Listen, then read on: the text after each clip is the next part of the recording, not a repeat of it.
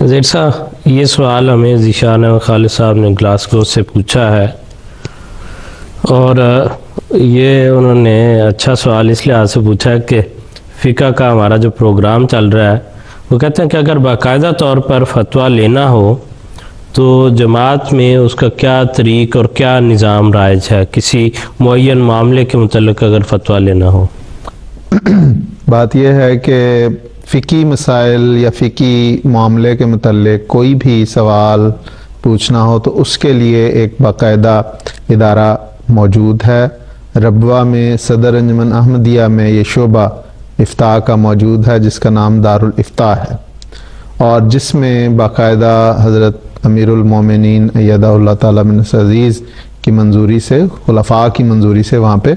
مفتی سلسلہ کا تقرر ہوتا ہے، اور وہ مفتی سلسلہ بھی کہلاتے ہیں، ناظم دارالافتاء بھی کہلاتے ہیں۔ اور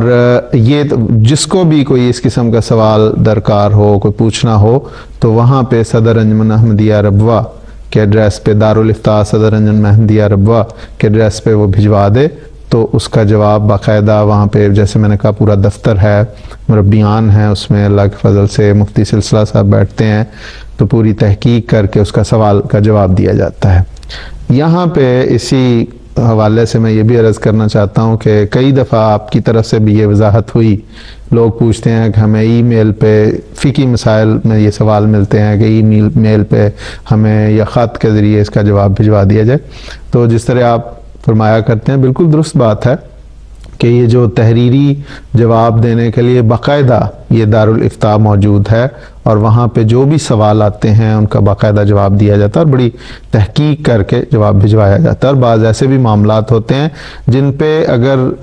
کسی گہری تحقیق کی ضرورت ہو، کوئی نیا معاملہ ہو، تو باقاعدہ وہ اس کے لیے ایک مجلس افتاء قائم ہے جس میں مختلف قسم کے علماء، مختلف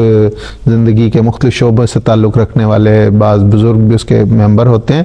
اس میں وہ حضرت امیر المومنین ایدہ اللہ تعالیٰ من عزیز کی اجازت سے وہ معاملہ اس میں پیش کیا جاتا ہے سیکرٹری کی طرف سے، اسے پورا نتھار کے پھر وہ حضرت صاحب کی خدمت میں وہ سفارشات آتی ہیں، وہ اس پہ منظور ہونے کے بعد وہ پھر ایک فیصلہ بن جاتا ہے،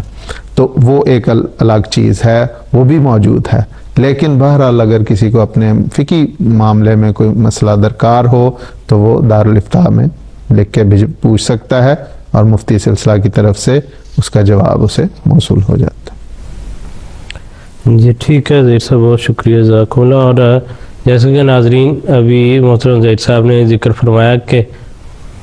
جو لوگ یہ پوچھتے ہیں کہ ہمیں ای میل پر آپ فلاں معاملے کے متعلق خود جواب بھجوا دیں، تو اس حوالے سے یہ وضاحت ہم پہلے بھی عرض کر چکے ہیں کہ ہمارا یہ پروگرام ایک عمومی نوعیت کا تعلیمی اور تربیتی پروگرام ہے،